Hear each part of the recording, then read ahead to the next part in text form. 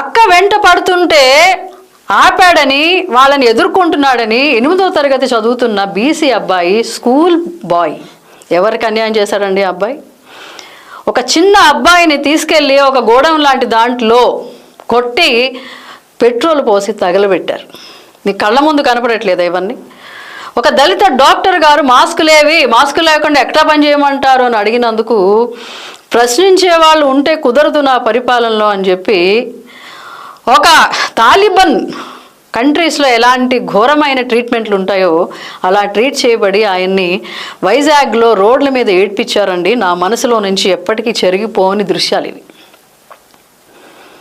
Driver Subrahmanyam దారుణ హత్య.